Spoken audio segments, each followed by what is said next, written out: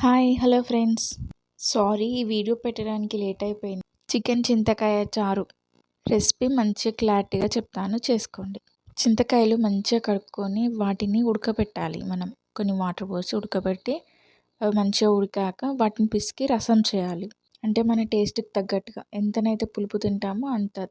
అలా చేసుకున్నాక ఒక గిన్నెలో కొన్ని బియ్యం వేసి నానబెట్టుకోవాలి. మన స్పైసీనెస్కి తగ్గట్టుగా పచ్చిమిర్చి తీసుకొని పేస్ట్ చేసుకోవాలి. ఇవన్నీ అయ్యాక ఒక గిన్నెలో ఆయిల్ పోసుకోవాలి. అంటే చికెన్ కదా, కొంచెం ఆయిల్ ఎక్కువ ఉంటేనే బాగుంటుంది.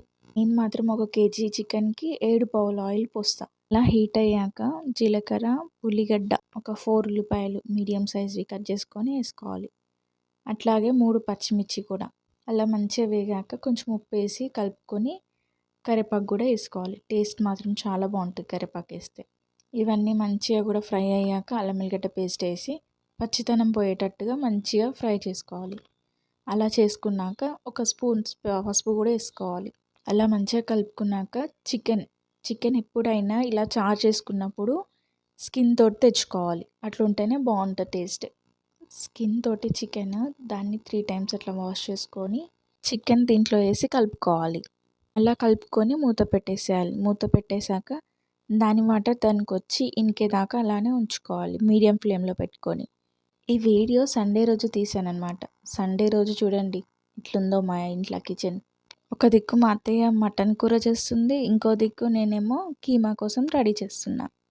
సరే చికెన్ మంచిగా అలా వేగాక పచ్చిమిర్చి పేస్ట్ చేసుకొని పెట్టుకోవాలన్నా కదా, అది వేసుకొని కలుపుకోవాలి. అంటే కొంచెం వేయాలి, లాస్ట్లో మన స్పైసీనెస్ చూసుకొని టేస్ట్ చేసుకొని అప్పుడు కొంచెం తక్కువ ఉంటే ఇంకోసారి వేసుకోవచ్చు. ఇంకొంచెం అంతా ఒకేసారి వేసుకోవద్దు అనమాట.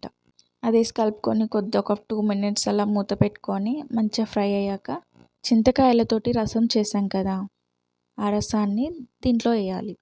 వేసి మంచిగా ఇలా మరిగించుకోవాలి. ఒక 10 మినిట్స్ అట్లా మరగాలి. చికెన్ చారు మాత్రం సీజన్ టైంలో ఖచ్చితంగా చేసుకోవాల్సిందే, చాలా బాగుంటుంది. ఈ వీడియో వాయిస్ ఓవర్ ఇస్తుంటే నా చిట్టి తల్లి లొల్లి, తను మాట్లాడుతుందంట. Hi hello friends. ఈ చలికాలంలో ఇలా పుల్లగా కారంగా ఘాటుగా చేసుకుంటే సూపర్గా ఉంటుంది. ఈ రెసిపీ ఒక్కసారి తిన్నారంటే మళ్ళీ చేసుకోవాలనిపిస్తుంది. అంత టేస్టీగా ఉంటుంది ఈ చారు మాత్రం. ఒక 10 మినిట్స్ అట్లా మరిగించాక గరం మసాలా ఒక స్పూన్, ధనియాల పొడి ఒక స్పూన్ వేసుకొని మంచిగా కలుపుకోవాలి. అలా ఒక 5 మినిట్స్ మరిగాక మనం నానబెట్టిన బియ్యాన్ని మంచిగా మిక్సీకి వేసుకొని మెత్తగా మిక్స్ అవ్వాలి. వీడియోలో చూపించిన విధంగా మంచిగా మెత్తగా మిక్స్ చేసుకోవాలి. ఈ మిశ్రమాన్ని ఒకటేసారి వేసి కలిపేయద్దు, అది ఉండలు కడుతుంది. అలా కాకుండా వేసుకుంటేనే కొంచెం వేసుకుంటా మంచిగా కలుపుకోవాలి. ఈ పిండి ఎందుకు వేస్తారంటే చారు చిక్కబడడానికి, టేస్ట్ కూడా బాగుంటుంది, అందుకే ఇది వేస్తారు. కొంచెం అట్లా చిక్కబడంగానే ఆపేసేయాలి. ఎక్కువసేపు ఉంచితే ఇక అంటే గడ్డలాగా అవుతుంది. కొద్దిసేపే దించేసేయాలి. ఒక 1 మినిట్ ఉంచితే చాలు, అంతే అండి, రెడీ. పుల్లగా టేస్టీగా ఉండే చికెన్ చింతకాయ చారు. మీరు కూడా ఒకసారి ఖచ్చితంగా ఇలా ట్రై చేయండి, చాలా బాగుంటుంది. వీడియో నచ్చితే లైక్ చేయండి, షేర్ చేయండి, subscribe to my YouTube channel. Thanks for watching this video.